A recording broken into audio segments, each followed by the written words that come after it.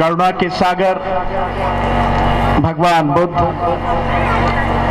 शिक्षा के अग्रदूत राष्ट्रपिता महात्मा ज्योतिबा फूले, समग्र क्रांति के प्रणेता, बहुजन समाज और नारी जाति के मुक्तिदाता परम पूज्य बोधिसत्व बाबा साहेब डॉक्टर भीमराव अंबेडकर जी, भारत में आरक्षण के जनक शाहू जी महाराज जी और प्रथम महिला अध्यापिका राष्ट्रमाता सावित्रीबाई फूले और बहुजन नायक माननीय साहब काशीराम जी और बहुजन समाज में जन्मे सभी संतों और महापुरुषों के चरणों में नमन करते हुए आज यहां पर उपस्थित मंच पर बैठे मेरे सभी सम्मानित साथी जो अभी हमारे बीच से बोलकर चले गए हैं, बहुत अच्छी बातें आपको बता गए हैं। आप अगर अमल में लाएं उसे अपने जीवन में तो जीवन बदल जाएगा। ऐसे भाई डॉक्टर बीपी अशोक साहब और सामने बैठे हुए मेरी माताएं, बहनें, मेरे बच्चे, बच्चियां, नौजवान साथी, आप सभी को मेरा नमो बुद्धाय, जय भीम। साथियों,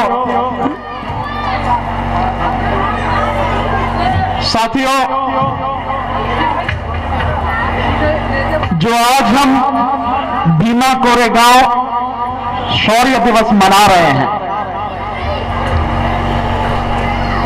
उसके विषय में आपको बहुत अच्छी तरह से प्रीति जी ने और अन्य साथियों ने आपको बता दिया है कि 1 जनवरी 1818 को पेशवा शासक बाजीराव द्वितीय और ईस्ट इंडिया कंपनी की सेना, जिसमें हमारे बुजुर्ग, हमारे पूर्वज 500 महार जाति के सैनिक शामिल थे, उनके बीच में वो युद्ध हुआ और उसी युद्ध की जीत की उपलब्धि के रूप में महाराष्ट्र में पूरे जो शहर है, पूरे जो जिला है, पूरे से कुछ दूरी पर करीब 30-35 किलोमीटर की दूरी है, जहां तक मेरी जानकारी है, वहां पर जो भीमा नदी है और जो कोरेगांव है उसको भीमा कोरे बोलते हैं, वहीं पर यह 72 फुट ऊंचा स्तंभ, विजय स्तंभ स्थापित किया गया है। 2018 में जब इसके 200 साल पूरे हुए, मैं भी वहां पर उस जगह अपने पूर्वजों को, अपने बुजुर्गों को नमन करने के लिए गया हुआ था। शौर्य का मतलब होता है बहादुरी, वीरता, निडरता, हिम्मत वाला जिसे कहेंगे, हिम्मत, ये होता है शौर्य का मतलब। ये वाकई में एक शौर्य की बात थी कि जिनको अछूत न केवल कहा गया बल्कि बना के रखा, और विशेषकर पेशवाओं ने, जिसके विषय में बता दिया कि जो मार्शल लॉ उन्होंने लागू किया, जिसमें अछूत समाज के गले में हांडी कि थूके तो उसमें नीचे नहीं, और पीछे झाड़ू कि जब वो चलते जाएं तो उनके कदमों के निशान भी मिटते चले जाएं, ताकि जो सवाल समाज है उसके किसी व्यक्ति का पैर उस पर पड़कर वो अपवित्र न हो जाए। ऐसे कड़े कानून बनाए गए और ये पेशवाओं ने बनाए। और पेशवा कौन थे आप सब जानते होंगे, ब्राह्मण उस समय के। और इतिहास में भी एक बड़ी मजेदार बात है, जब मौर्य साम्राज्य का समापन किया गया, यानी मौर्य साम्राज्य को खत्म किया गया, मौर्य सम्राट ब्रहदस्त जो 10वें मौर्य सम्राट थे उनकी हत्या की गई, तब भी कौन था? पुष्यमित्र शुंग, उनका सेनापति ब्राह्मण। इन्होंने जो व्यवस्था बनाई, उस व्यवस्था में हमारा कहीं कोई स्थान ही नहीं था। सम्मानजनक तो बात ही छोड़ दीजिए, हम कहीं थे ही नहीं इस व्यवस्था में। और वो छूट ईस्ट इंडिया कंपनी की जो सरकार थी, उसमें सैनिक के रूप में काम करते थे, और उन्हें एक मौका मिला तो उन्होंने दिखाया कि वो कायर नहीं है, वीर है। वो उनका शौर्य किसी से कम नहीं है, वो शक्ति में ताकत में किसी से कम नहीं है। अगर मौका मिले तो वो हर चीज हर काम कर सकते हैं जो कोई दूसरा कर सकता है या कोई सवाल कर सकता है। वो उन अछूतों ने हमारे पूर्वजों ने करके दिखाया।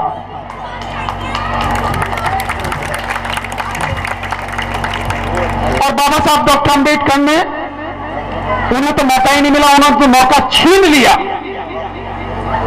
मौका छीन कर वो करके दिखाया जो इस धरती पर कोई सवाल नहीं कर सका, वो करके दिखाया उन्होंने। तो शौर्य तो हमारे कहे कि रग रग में बसा हुआ है, हमारे खून में बहता है शौर्य, वीरता, शक्ति, हौसला, हिम्मत हमारे खून में बहता है। आप भूल तो नहीं गए होंगे ऊधम सिंह को। ऊधम सिंह जो 17-18 साल की उम्र थी, जब जलियांवाला बाग हत्याकांड हुआ, उसका बदला लेने के लिए जो जनरल ओडायर था, उसको इंग्लैंड में ही जाके सभा में मारा, वही जाके मारा, उस जमाने में मारा। तो शौर्य हमारे पूर्वजों में, हमारे बुजुर्गों में, हमारे खून में कितना है, इसको कोई कहने की बात नहीं। और ये शौर्य की ही बात है। उसी महाराष्ट्र में, उन्हीं पेशवाओं के राज में, उन्हीं के बनाए हुए इन्हीं घृणित कानूनों में राष्ट्रपिता महात्मा ज्योतिबा फुले, उन्होंने न केवल शिक्षा प्राप्त की, बल्कि इस बात को समझा कि इसका शिक्षा का महत्व किसके लिए जरूरी है। और वो था मेरी माताएं, बहनें, मेरी बच्चियां जो है, महिलाओं के लिए। और उस शिक्षा के लिए उन्होंने सबसे पहले जो काम किया, अपनी पत्नी राष्ट्रमाता सावित्रीबाई फुले को पढ़ाया। और माता सावित्रीबाई फुले ने सबसे पहले इस देश में महिलाओं के लिए स्कूल खोले। यह है बहादुरी। जब आपको इंसान ही न माना जाए, आपके चलने, आपके बोलने, आपके रहने पर हर चीज का प्रतिबंध लगाया जाए, उस सब के बावजूद भी आप वो करके दिखाएं जो कल्पना नहीं कर सकता, यह है शौर्य। और माता सावित्रीबाई फुले के इस बड़े काम में माता फातिमा, उन्होंने बहुत बड़ा योगदान दिया साथ में। तो शौर्य की कोई कमी नहीं है। और ये शौर्य आगे बढ़ता रहा। मानव साहब काशीराम जी ने अपनी नौकरी छोड़ी, नौकरी छोड़ के काम किया। उनका आज तक कोई बैंक अकाउंट नहीं, कोई खाता नहीं, कोई जमीन नहीं, लेकिन आज बहुजन समाज का कोई भी काम मानव साहब काशीराम जी को नमन किए बिना शुरू नहीं होता, खत्म नहीं होता। वो सब करके दिखा दिया उन्होंने। विपरीत परिस्थितियों में लोगों को जगाया, गांव-गांव जाके, मोहल्ले-मोहल्ले जाके। जब लोग 4-6 लोग भी आने से डरते थे, उस समय में उन्होंने काम किया और काम करके दिखाया, समाज को जोड़ा और इस देश की राजनीतिक धारा ही बदल दी उन्होंने। ये उन्हीं का पुण्य प्रताप था, उन्हीं के काम थे कि देश के सबसे बड़े राज्य में 4 बार सत्ता आई। ये उन्हीं का था काम। ये बिना शौर्य के तो हो नहीं सकता, बिना वीरता के तो हो नहीं सकता। तो वीरता निश्चित रूप से हमारे खून में है। अभी आपके सामने बोल कर गए हैं डॉक्टर बीपी अशोक साहब। आज के समय में जो राज इस देश में चल रहा है, जो सरकार इस देश में और प्रदेश में चल रही है, भला ऐसी पब्लिक मीटिंग में कोई अधिकारी, सरकारी अधिकारी बोल सकता है क्या? मैंने तो देखा बेचारे, अगर कहो तो डर के दुबक जाते हैं, भागते हैं, नहीं नहीं कहीं वहां नहीं जाएंगे। लेकिन वही एक आईपीएस ऑफिसर आपके सामने आपको रास्ता बता के गया है, दिखा के गया है, यहां बोल के गया है, सार्वजनिक रूप समझ पे बोल के गया। ये वीरता ही तो है, यही है वीरता, यही है साहस, यही है शौर्य। ऐसे बहुत उदाहरण हैं जो दिए जा सकते हैं वीरता के, शौर्य के। लेकिन साथियों, इस सब के बाद भी, इस सब के होते हुए भी समाज में कहीं ना कहीं उस शौर्य को जिसकी अब जरूरत है, बहुत कमी नजर आ रही है। शौर्य यही नहीं होता साथियों कि हमारे हाथ में तलवार दे दो, हथियार दे दो और सेना में भर्ती हो जाएं, लड़ने चले जाएं। यही शौर्य नहीं होता है, अपनी जगह है वो, लेकिन शौर्य इसके अलावा भी है, जिसके उदाहरण मैंने आपको अभी बताए हैं। कुछ और भी बहुत से इसके उदाहरण हैं। अगर आज हम शौर्य दिवस मना रहे हैं तो हमें उसकी महत्ता को समझना बहुत जरूरी है, और केवल समझना ही जरूरी नहीं है, समझने के बाद उसको अपने जीवन में उतारना जरूरी है। आप इसको ऐसे समझें कि कोई मरीज है, वो डॉक्टर साहब के पास में गया, डॉक्टर साहब ने बड़ी बढ़िया दवाई लिख के दी और बता दिया भैया ऐसे ऐसे खानी है, सुबह दोपहर शाम, रात को सोते समय खानी है, सुबह उठते समय खानी है। आप उसे ले आए और लाने के बाद में आपने बढ़िया तरीके से मेडिकल स्टोर पर भी चले गए, आप वहां से भी दवा ले आए जो बताई थी डॉक्टर साहब ने, रख ली। आप उसकी चर्चा तो करें, डॉक्टर साहब बहुत बढ़िया है, बहुत बढ़िया दवा दी उन्होंने, लेकिन आप खा नहीं रहे हैं। इलाज कैसे होगा?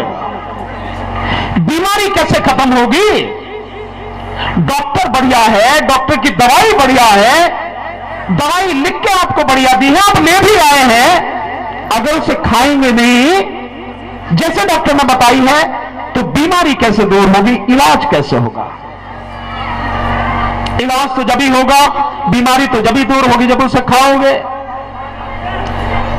लेकिन मेरा अपना अनुभव यह बताता है, जितना भी मैं भागदौड़ करता हूं, देखता हूं, लोगों के बीच में जाता हूं, समझता हूं, समझाता हूं, सुनते बहुत बढ़िया है लोग,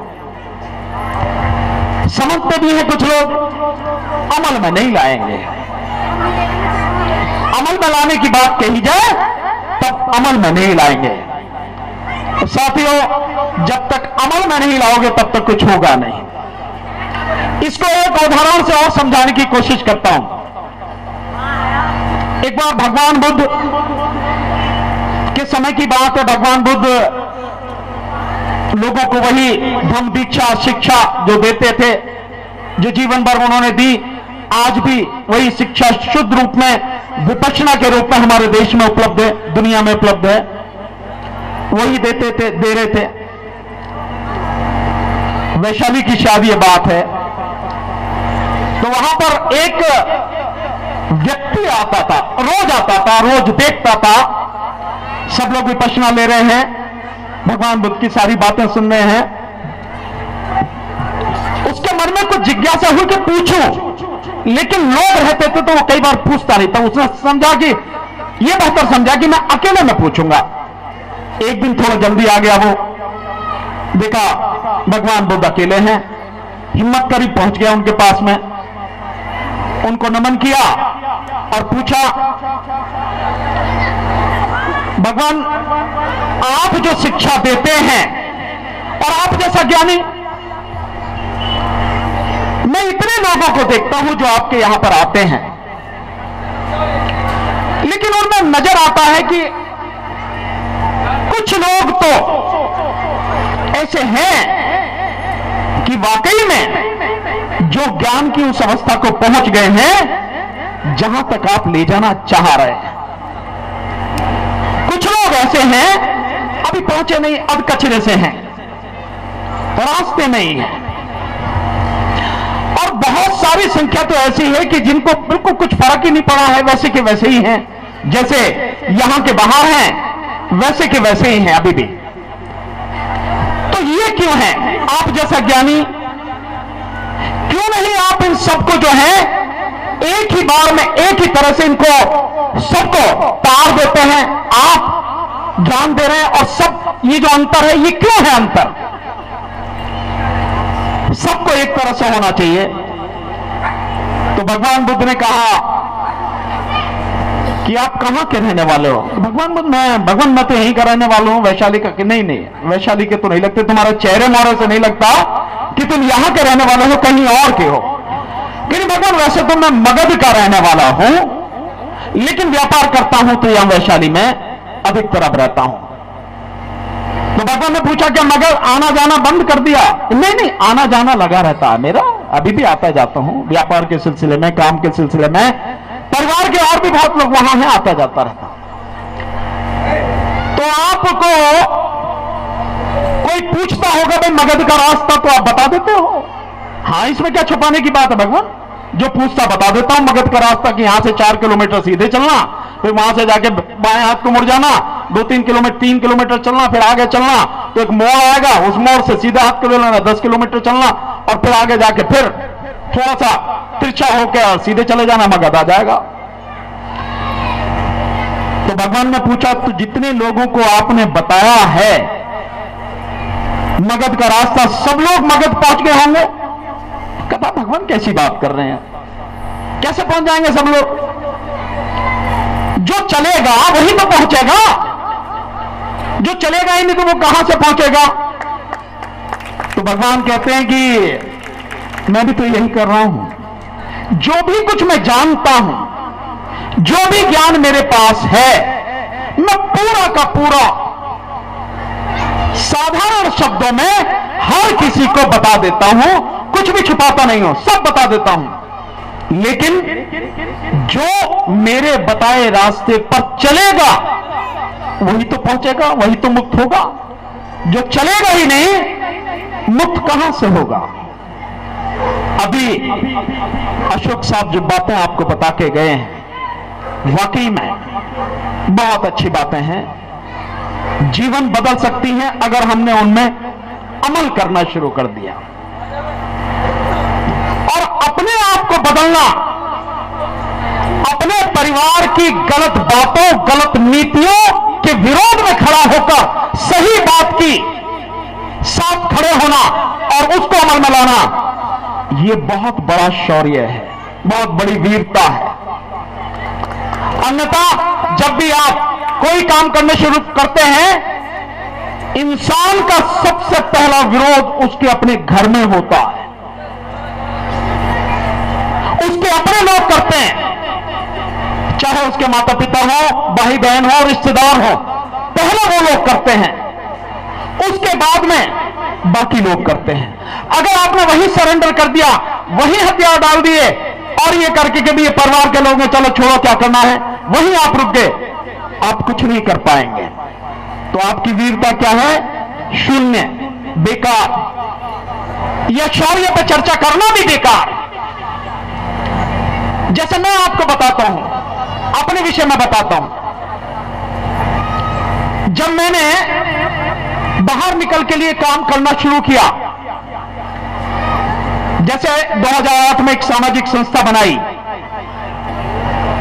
मानव सुरक्षा एवं विकास संगठन, तो हम उसके तहत काम करने जाते थे। लगातार सुबह 4 बजे उठ के और खाना बनवाया अपनी पत्नी से, मेरी ऑल्टो गाड़ी थी और हम 4-5 लोग उसमें रहते थे। 15-20 पराठे बनवाए, अचार रखा, पानी रखा, चल दिए। 7-8 बजे हम एक गांव में पहले मीटिंग कर देते थे। 2-3 गांव में मीटिंग हुई, दोपहर हो गया, गाड़ी कहीं पेड़ की छाया में रोकी, पराठे निकाले, खाए और फिर आगे चल दिए। शाम तक फिर 2-3 गांव में मीटिंग हो गई, तो 4-5-6 गांव में मीटिंग करके वापस हम घर आ जाते थे। इस बात के लिए जो विरोध हुआ, स्वाभाविक है कि वो घर से हुआ। बहुत ज्यादा इस बात को नहीं माना गया, कहा गया कि तुम्हारे करने से क्या होता है। और फिर उसके बाद जो विरोध हुआ वो हमारे उसी समाज ने किया जिस समाज को उस गंदगी से निकालने के लिए, सही रास्ते पर ले जाने के लिए हम गांव-गांव भटकते थे, काम करते थे। कई जगह तो ऐसा भी हुआ कि हम गए, हमने पूछा भाई गांव में कौन कौन लोग रहते हैं, कौन कौन समाज यहां रहते हैं, स्कूल है नहीं है, क्या स्थिति है। तो 2-3 जगह तो ऐसा भी हुआ कि नहीं सब ऐसा है, आप यहां से जाओ, हम तो बीएसपी को वोट देंगे। जबकि मैंने एक शब्द भी नहीं कहा है। मैंने कहा भाई मैंने आपसे वोट नहीं मांगी है, मैं वोट मांगने नहीं आया, मैं समाज का व्यक्ति हूं और मैं समझता हूं मेरी जिम्मेदारी है कि मेरा जो समाज अंधविश्वासों में डूबा है, यह मेरा समाज जिस सही रास्ते पर उसे जाना चाहिए, और एक वकील होने के नाते मेरी जिम्मेदारी है मैं उसे वो चीजें बताऊं जिससे उसका रास्ता प्रशस्त हो सकता है, खुल सकता है, उसे नई दिशा मिल सकती है और समाज आगे बढ़ सकता है।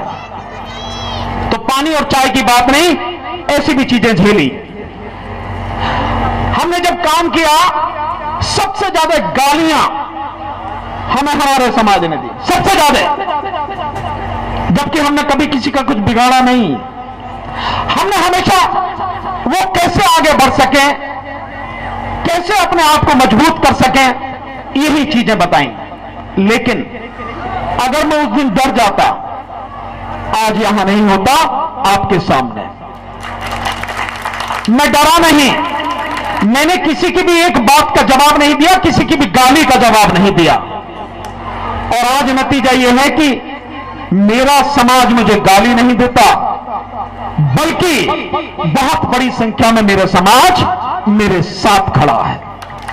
बेशक बाहर निकल के नहीं आए, लेकिन मेरे साथ खड़ा है। और इसी हौसले के साथ, इसी समझ के साथ हमने लगातार काम किया।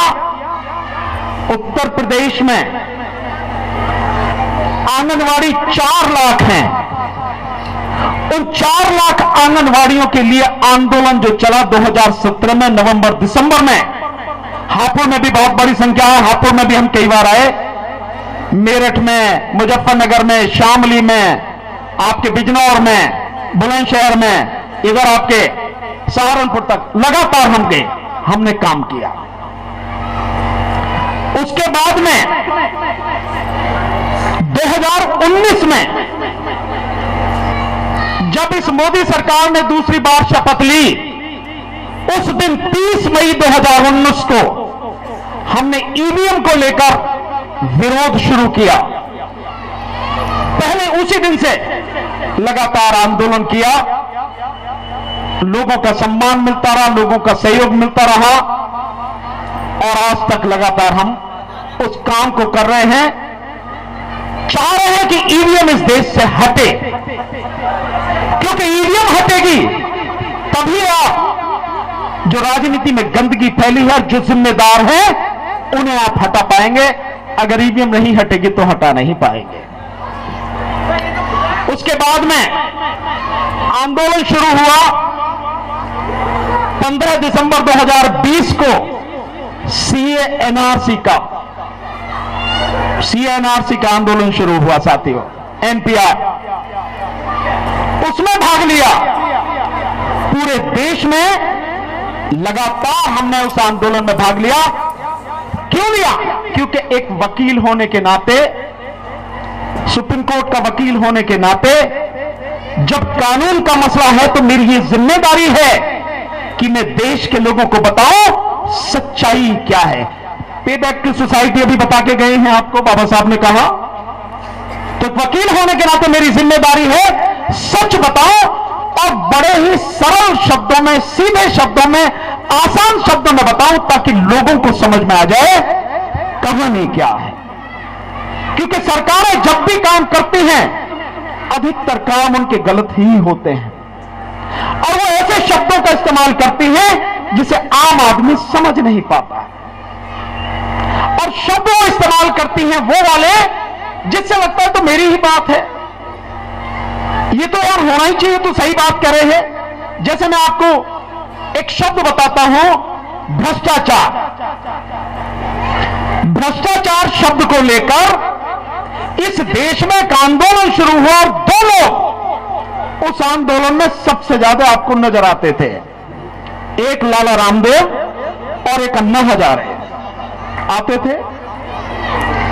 भ्रष्टाचार, हर आदमी कहता था हां भ्रष्टाचार तो खत्म होना चाहिए यार, इसने तो कबाड़ा कर रखा, जहां जाओ बिना रिश्वत के काम नहीं होता।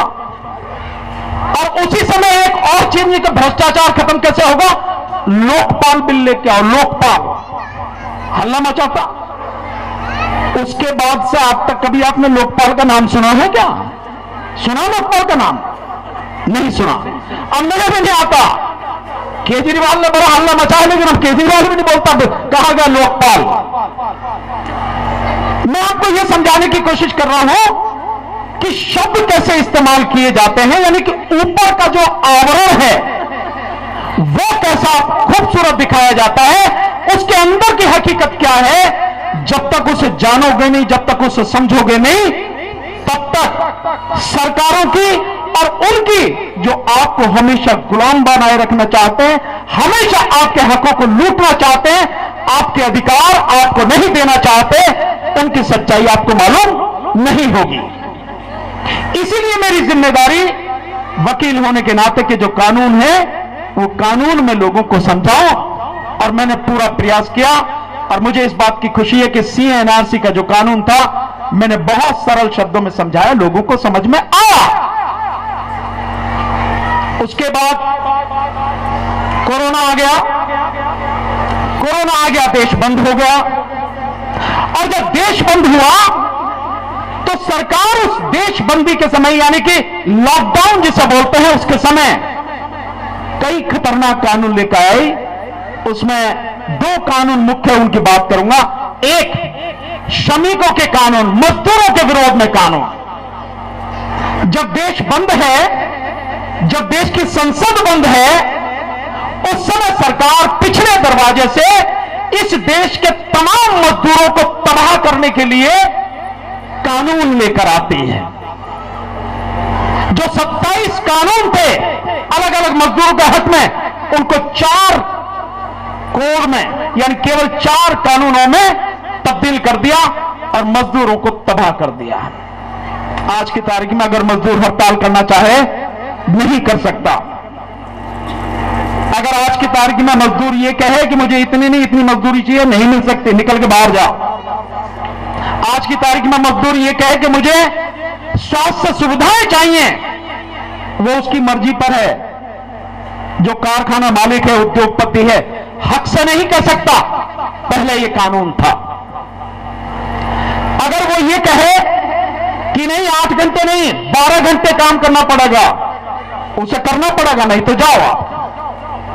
और उस 12 घंटे जो काम करोगे, 8 घंटे से आगे 4 घंटे उसका कोई पैसा नहीं मिलेगा, ये उस पर छोड़ दिया।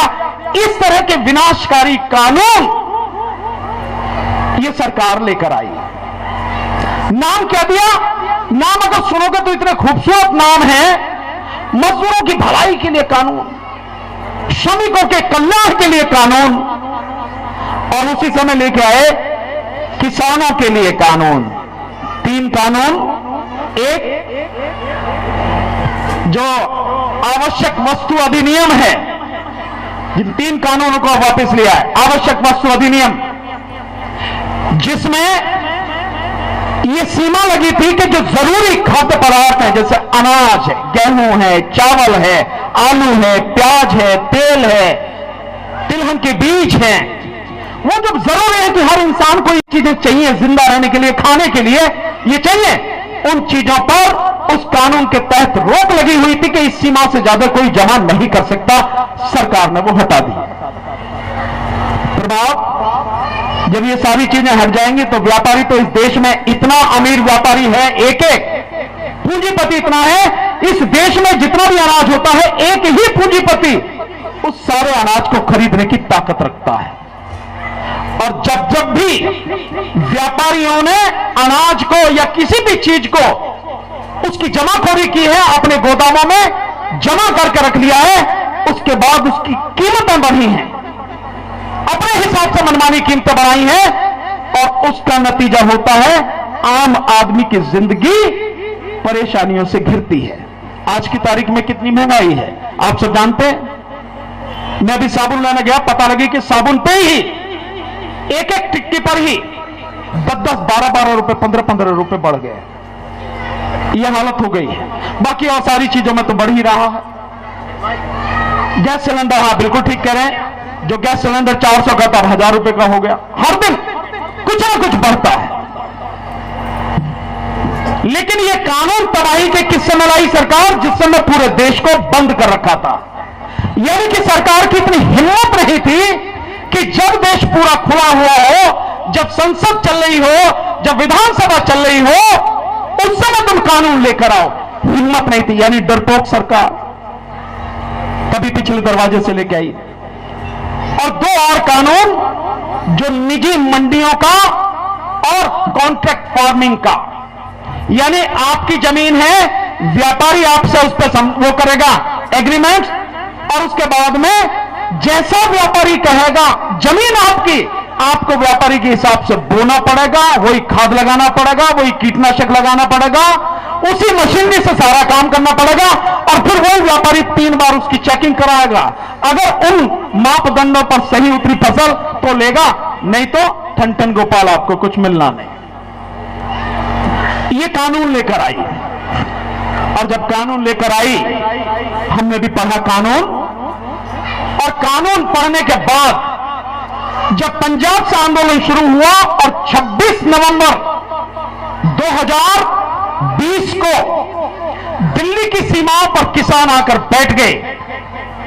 जो पंजाब की हरियाणा की तरफ से आने वाला है सिंगो बॉर्डर वहां, और जो हरियाणा की तरफ से आने वाला टीकरी बॉर्डर वहां, जो राजस्थान की तरफ से आने वाला शाहजहांपुर बॉर्डर वहां, और जो इधर उत्तर प्रदेश और राजस्थान की तरफ से आने वाला है पलवल की तरफ बॉर्डर वहां, और फिर अपना ये यहां से जो हापुड़ से सीधा NH-24 पे जाता है गाजीपुर बॉर्डर, वहां जब आके बैठ गए, उस दिन से हम शामिल हुए आंदोलन में, और पूरे 1 साल उस आंदोलन में शामिल रहे, और आखिर में सरकार ने घुटने टेके, वो कानून वापस हुए और किसानों की जीत हुई।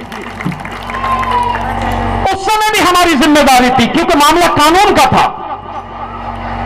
तो मैंने पहले ही दिन से कहा, और ये बड़े खुशी की और सौभाग्य की बात रही, हमारी दिल्ली की सभी बार अदालतों ने, वकीलों ने, हमारी सुप्रीम कोर्ट की बार एसोसिएशन ने किसानों का पहले ही दिन से खुला समर्थन किया।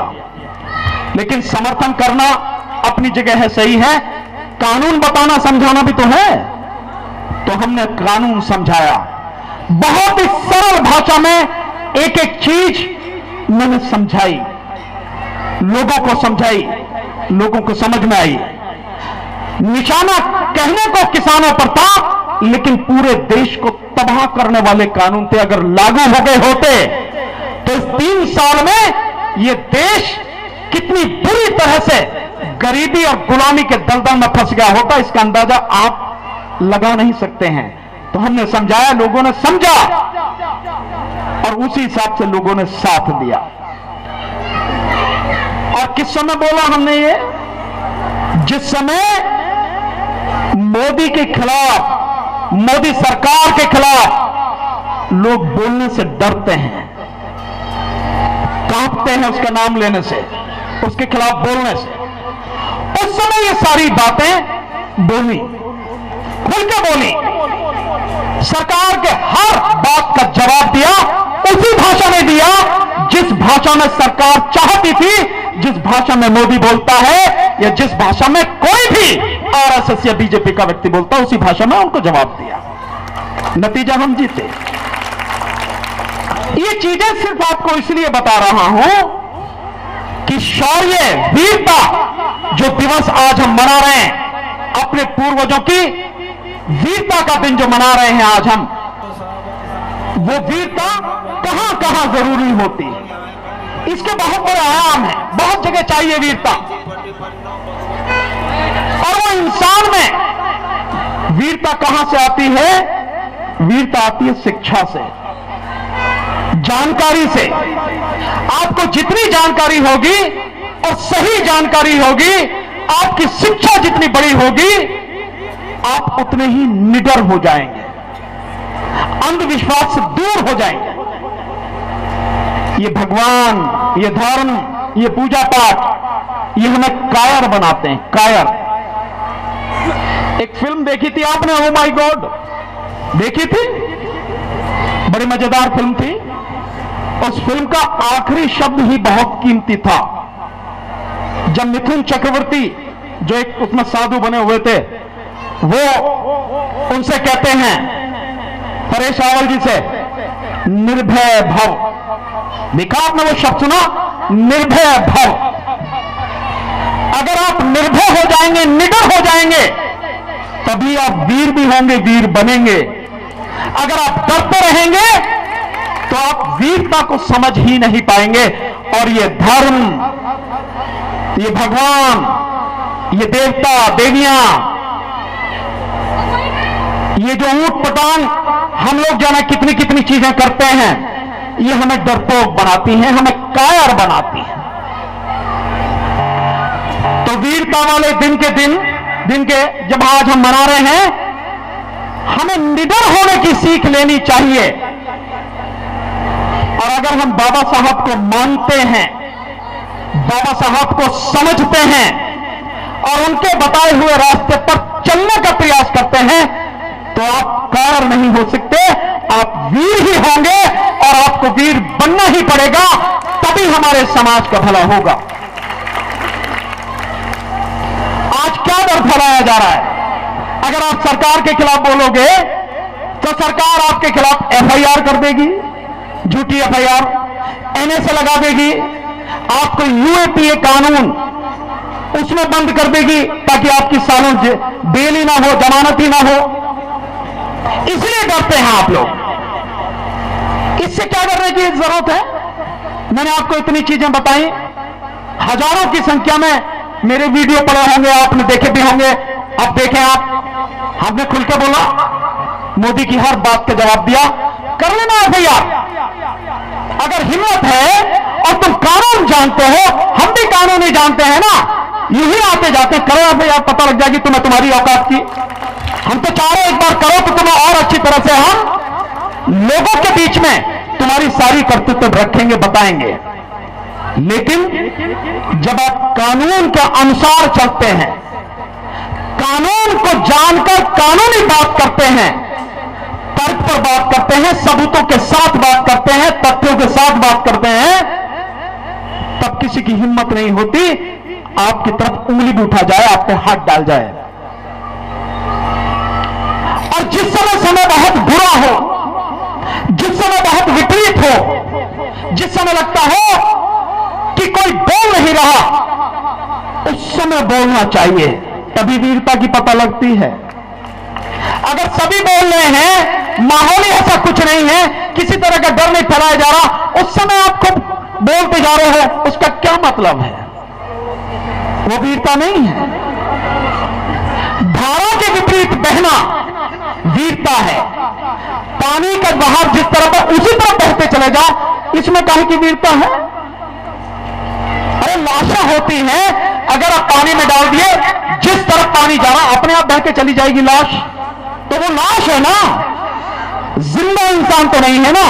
अगर जिंदा इंसान होगा, धारा के विपरीत बहेगा, धारा के विपरीत चलेगा और मंजिल पर पहुंचकर दिखाएगा। यह है वीरता। और हम लोगों को तो किसी से वीरता मांगने की जरूरत भी नहीं। हमारे बुजुर्गों का, हमारे पूर्वजों का इतिहास ही वीरता का इतिहास है। कुछ भी तो नहीं था हमारे पास, कुछ भी न हमारे पास पढ़ने का अधिकार था, न संपत्ति का अधिकार था, न रास्ते में ढंग से चलने का अधिकार था। हम जो कमाते थे वो भी उसी का होता था। सवर्णों का। हमारे पास तो कुछ भी नहीं था, फिर भी हम आज यहां तक पहुंचे। और पहुंचाने वाला कौन? एक इंसान जिसका सबसे बड़ा योगदान परम पूज्य बोधिसत्व बाबा साहब डॉक्टर भीमराव अंबेडकर। यह है बहादुरी। जब स्कूल में पढ़ते थे तो कमरे के बाहर बिठाया जाता था, जहां सब चप्पल वगैरह निकालते थे, वहां बैठ के पढ़े। और सबसे ज्यादा पढ़े लिखे, जिनके पास सारी सुविधाएं थी, उनसे भी कहीं ज्यादा पढ़े लिखे आज तक उनके मुकाबले का कोई दुनिया में नहीं हुआ। भारत की तो बात ही छोड़ दो। यह है वीरता, यह है शौर्य, यह है साहस। उस परिस्थिति में उन्होंने वो करके दिखाया जो कभी कोई सोच नहीं सकता था। खाने के लिए रोटी तक नहीं मिली कई कई दिन तक, फिर भी अपनी पढ़ाई नहीं छोड़ी, क्योंकि पढ़ाई की तभी हम सबको पढ़ने का अधिकार दिला पाए, हम सबको आगे बढ़ाने का काम कर पाए, नहीं तो संभव नहीं था। इन विपरीत परिस्थितियों में संघर्ष करना, लड़ना और अपने लक्ष्य को प्राप्त करना, यह है वीरता। और हमें यही करना है। हमें उदाहरण बनना चाहिए अपने समाज के लिए, अपने लोगों के लिए, दबे कुचले लोगों के लिए, शोषित पीड़ित लोगों के लिए, ताकि वो आपसे शिक्षा लेकर वो भी अपना जीवन उसी तरह बनाने का प्रयास करें। यही तो कोशिश होनी चाहिए। मैं बहुत चीजें देखता रहा हूं, लेकिन मैंने देखा है कि हम लोग समय बहुत बर्बाद करते हैं। आज इस मीटिंग का समय 10 बजे का था। मैं यहां पे 11:40 पे आ गया था और यहां पे उस समय तक कुछ नहीं था। काम लगभग समाप्त हो चुका था, लेकिन और कुछ नहीं था। समय 10 बजे का था और यह कार्यक्रम शुरू हुआ है 12:30 बजे, बुद्ध वंदना के बाद। और अब इस समय जो बज रहे हैं 4:26। ये पूरा दिन जो हमने लगाया, क्या हम इसको बहुत तरीके से कम नहीं कर सकते थे? समय को हमें करना चाहिए। आपने व्यवस्था बहुत अच्छी की है, आपने आने वाले अतिथियों का सम्मान बहुत अच्छी तरह से किया है, इसमें कोई शक की बात नहीं। जितना सम्मान आप दे सकते हैं आपने दिया है हर किसी को, पर थोड़ा सा इसको तरीके से मैनेज करते और समय को कम कर दिया जाता और समय पर शुरू हो जाता। यानी शुरू के 2.5 घंटे जिस समय हमने बुद्ध वंदना शुरू करी, उस 2.5 घंटे में कुछ नहीं हुआ। हम उस 2.5 घंटे में ही खत्म कर सकते थे। 10 बजे अगर हम आते और 1 बजे तक इस कार्यक्रम को खत्म करते तो ये बाकी समय बच जाता, किसी काम में आ जाता।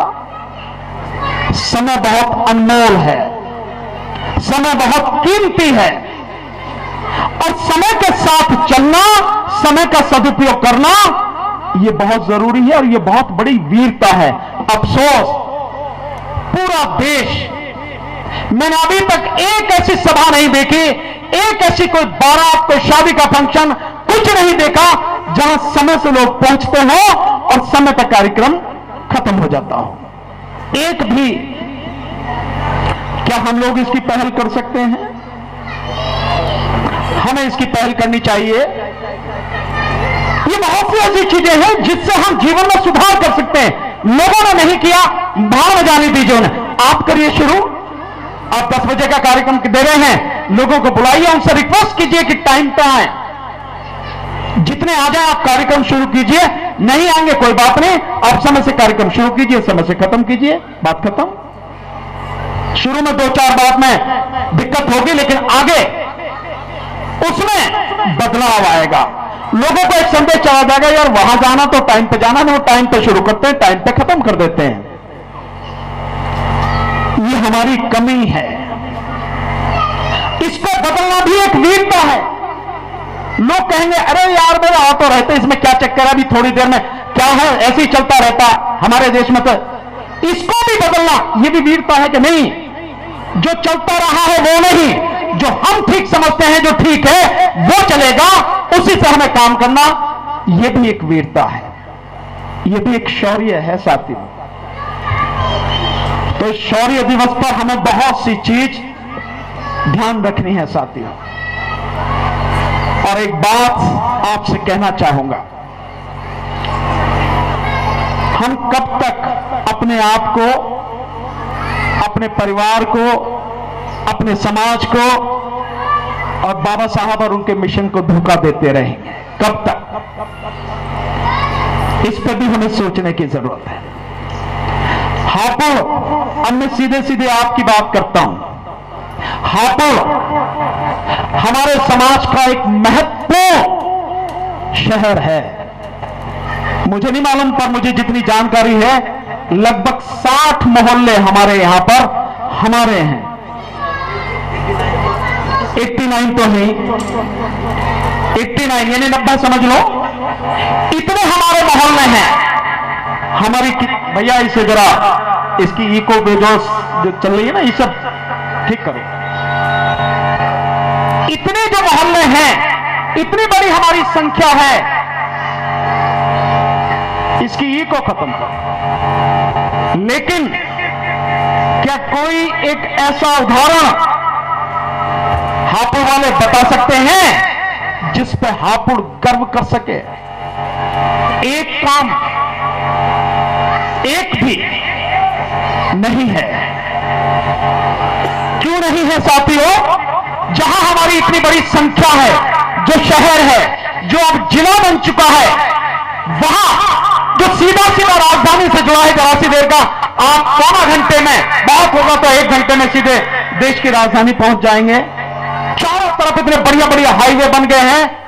ऐसे शहर में अगर हम कुछ ऐसा काम नहीं कर सकें जो पूरे देश के लिए, पूरे समाज के लिए उदाहरण बन जाए, तो कहां करेंगे हम?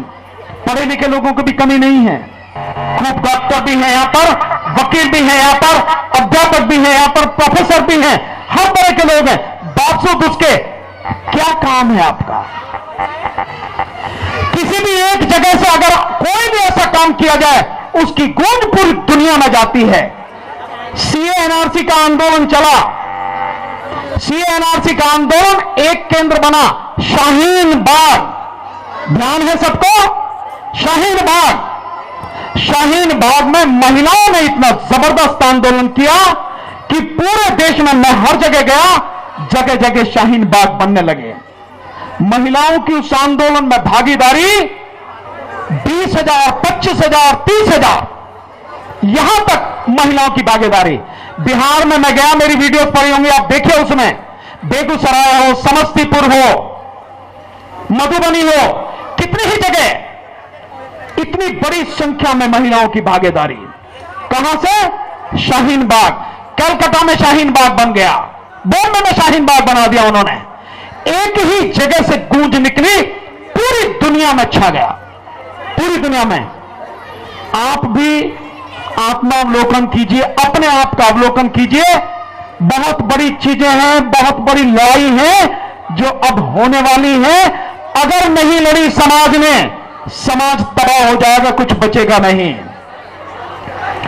131 एमपी हैं लोकसभा में हमारे, तकरीबन 20 से 25 एमपी राज्यसभा में हैं, 1145 के लगभग हमारे एमएलए और एमएलसी हैं। सबके होते हुए कई पार्टियां, कई पार्टियों के नेता हैं, मुख्यमंत्री भी रहे, मंत्री रहे, आज भी मंत्री हैं। सबके होते हुए तुम्हारे बच्चों का अधिकार छिन गया, आरक्षण खत्म हो गया।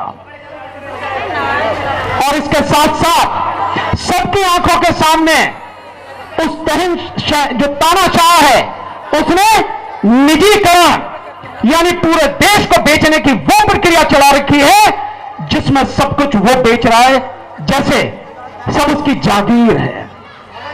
और जब सब बिक जाएगा तो जो उनमें रोजगार मिलता था वो कहां जाएंगे? वो जो बेरोजगार होंगे कहां जाएंगे?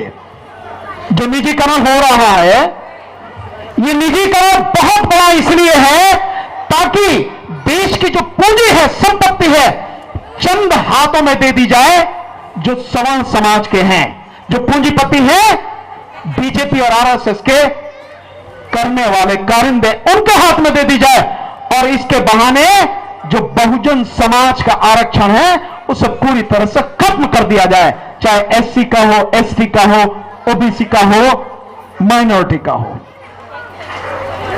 कितना बड़ा इससे नुकसान होता है मैं आपको बताने की, समझाने की कोशिश करता हूं। अगर आप लोगों को भी समझ में आ जाए, अगर आप लोग भी इस बात को समझ के यहीं से आंदोलन शुरू कर दें, और मैं चाहता हूं कि हापुड़ इस बात का केंद्र बनना चाहिए ताकि दुनिया को एक संदेश जाए, सरकार को एक संदेश, कड़ा संदेश जाए कि जो तुम देश की संपत्ति को बेच रहे हो ये हमारी है, हमारे बच्चों की है, हमारे पूर्वजों की है, हम तुम्हें बेचने नहीं देंगे।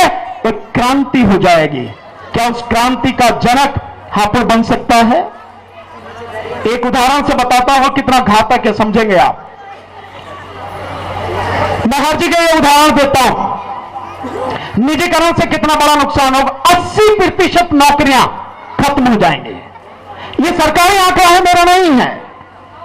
जैसे अगर देखें अडानी के बड़े बड़े गोदाम, साइलो, हापुड़ में तो आपने देखा अनाज का गोदाम है, एफसीआई का है शायद। अब इससे भी बड़े बड़े अलग तरह के साइलो गोदाम आ रहे हैं जिनमें अनाज होता है, डम। उस अनाज में कितने आदमियों की जरूरत होती थी, अब नहीं है। अब बाकायदा रेलगाड़ी से आएगा अनाज या ट्रकों से आएगा, मशीनों से खाली होगा, आदमी की जरूरत ही नहीं है।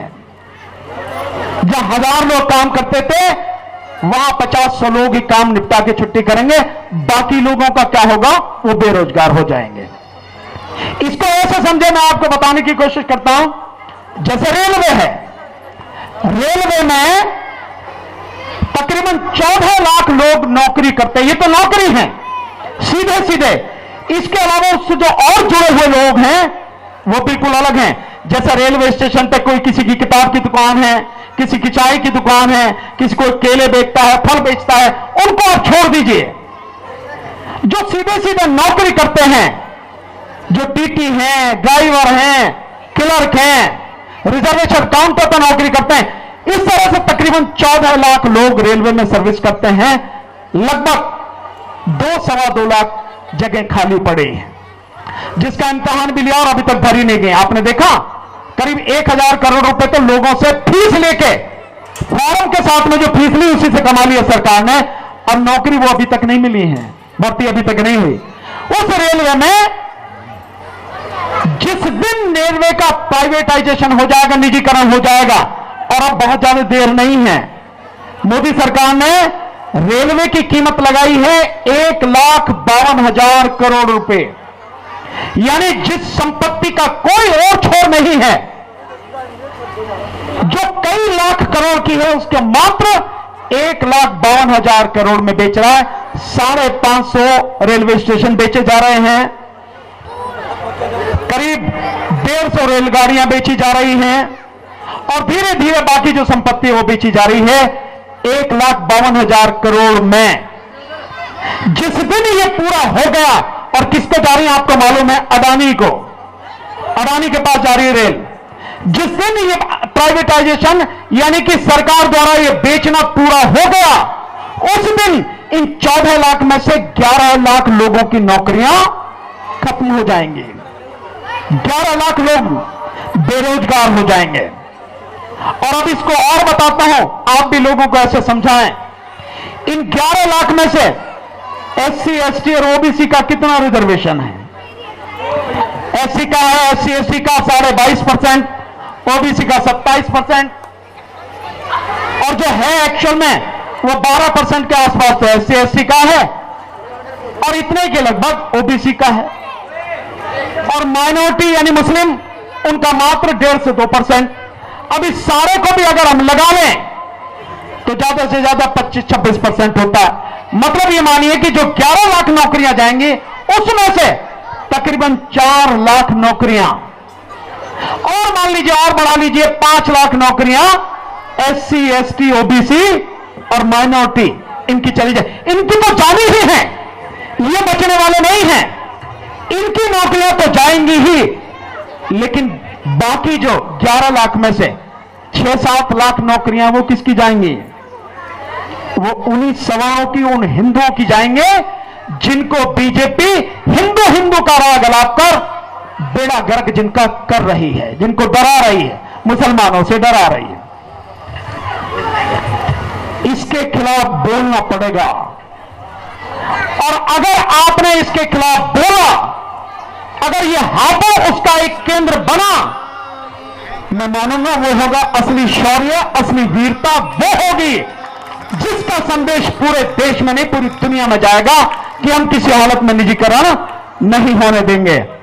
और साथियों, इतनी संख्या होने के बाद, इतने पढ़े लिखे साधन संपन्न होने के बाद भी अगर आप आंदोलन नहीं कर पाए तो समाज की तबाही को, समाज की बर्बादी को कोई रोक नहीं पाएगा साथियों।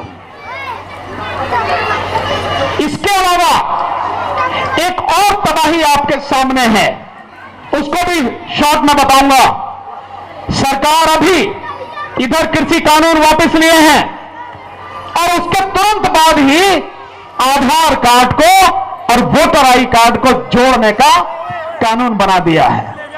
यह मत समझना जो सरकार करिए, कहती है सरकार लोगों की भलाई के लिए, सुधार के लिए।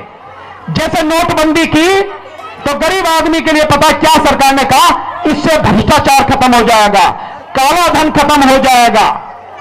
और वो भी उम्मीद में था कि काला धन खत्म हो जाएगा तो कम से कम 15 लाख रुपए उसके खाते में आ जाएंगे और इससे जो है आतंकवाद खत्म हो जाएगा, इससे जाली नोट खत्म हो जाएंगे। सरकार ने यह नहीं बताया कि इसके माध्यम से मैं जो मेरी गरीब महिलाएं हैं, बच्चियां हैं, माताएं, बहनें हैं जो अपने परिवार के बुरे समय के लिए भी नोट बचाकर रखती थी, उन्हें भी मैं निकाल लूंगा और उन्हें पूरी तरह से भिखारी बना दूंगा। सरकार ने यह नहीं बताया। मैं आपको इसलिए बताने की कोशिश कर रहा हूं, सरकार शब्द वो इस्तेमाल करती है जैसे लगता बहुत बढ़िया काम कर रही है सरकार। और गरीब लोगों ने उस समय बोला भी, अजी क्या दिक्कत है, नोटबंदी हो जाएगी तो कम से कम काला धन तो खत्म हो जाएगा, भ्रष्टाचार खत्म हो जाएगा। भ्रष्टाचार खत्म नहीं हुआ, भ्रष्टाचार बढ़ गया। और भ्रष्टाचार इस देश में इस हद तक बढ़ गया कि इस देश का प्रधानमंत्री सीधे सीधे भ्रष्टाचार में लिप्त हो गया। पीएम केयर फंड बना के पूरे लोगों से पैसा ले लिया और उसका हिसाब भी नहीं दे रहा, किसने कितना दिया, कहां से दिया। इतना भ्रष्टाचार हो गया, ऐसा पहले कभी नहीं था। काला धन जितना पहले था स्विस बैंक में, अभी पीछे रिपोर्ट आई थी पिछले साल ही, वो उससे दुगना हो गया। और जो 8000 लोग इस देश के, जिनमें बड़े बड़े खिलाड़ी भी हैं, जिनमें फिल्म स्टार भी हैं, जिनमें नेता भी हैं, जिनमें अफसर भी हैं, जिसमें बिजनेसमैन भी हैं, 8000, उनका विदेशों में 50 लाख करोड़ रुपया, यानी इस देश की भारत सरकार का जो 2 साल का बजट होता है, इतना पैसा विदेशों में जमा है। काला धन का यह हाल है। भ्रष्टाचार मैंने बता दिया, आतंकवाद अभी तक खत्म नहीं है, रोज मारा जाता है कोई ना कोई। और जाली नोट जिस समय सरकार ये नई नोट लेकर आई थी, 1 हफ्ते बाद ही 2000 का जाली नोट आ गया, 2000 का। इतना भ्रष्टाचार, इतनी सारी स्थिति। तो ये सारी चीजें बताने का, समझाने का सिर्फ आपको यही मकसद था, सरकार की बातों को समझने की जरूरत है। और ऐसे में जब सरकार ने चारों तरफ डर फैला रखा है, जैसे धर्म के नाम पर एक तरह से आतंकवाद ही चल रहा है। हरिद्वार में धर्म संसद हुई, क्या कहा गया मुसलमानों को काटने की।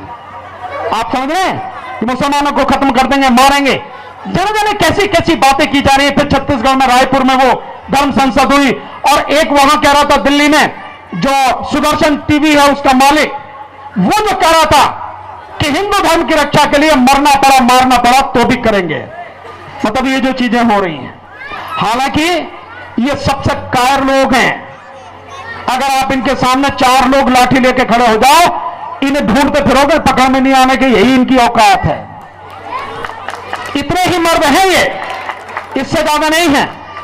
हम समता सैनिक दल में थे, हमने देखा यहां आरएसएस की शाखा लगती थी जहां हिंदू महासभा का ऑफिस है मंदिर मार्ग पे, उसकी जगह हमने लगवाई 80 लोगों की, लड़कों की।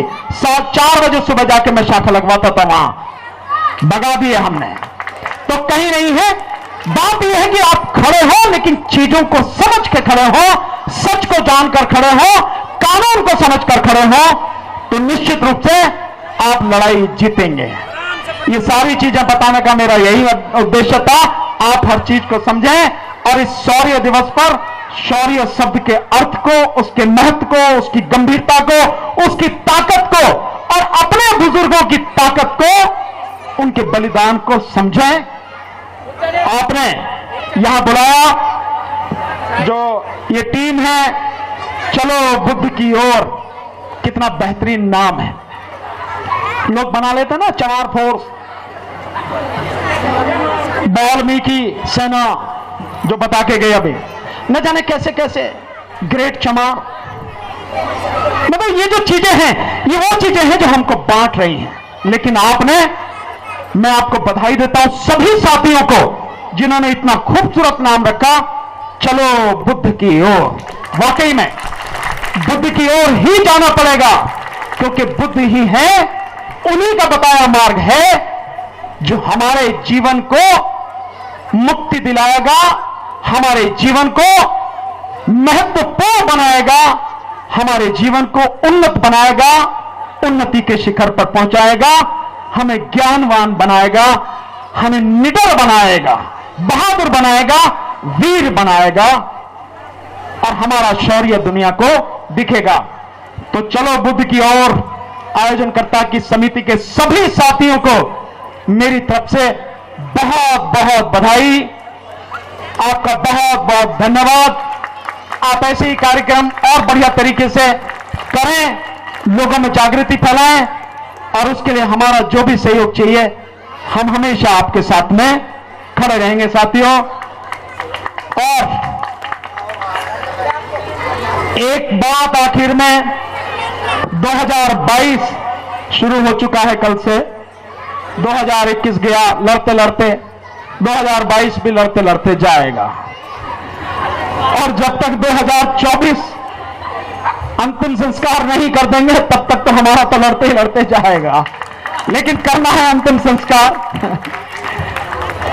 तो आपको नए साल की सभी साथियों को, आपके परिवार को, आपके रिश्तेदारों को, आपके मित्रों को, आपके जान पहचान वाले सभी साथियों को 2022 की बहुत बहुत शुभकामनाएं, ढेरों बधाइयां। आप तरक्की करें, तथागत के रास्ते पर चलें और ये जो चलो बुद्ध की ओर है इस नाम को साकार करें। इसी कामना के साथ बहुत बहुत शुक्रिया। नमो बुद्धाय, जय भीम।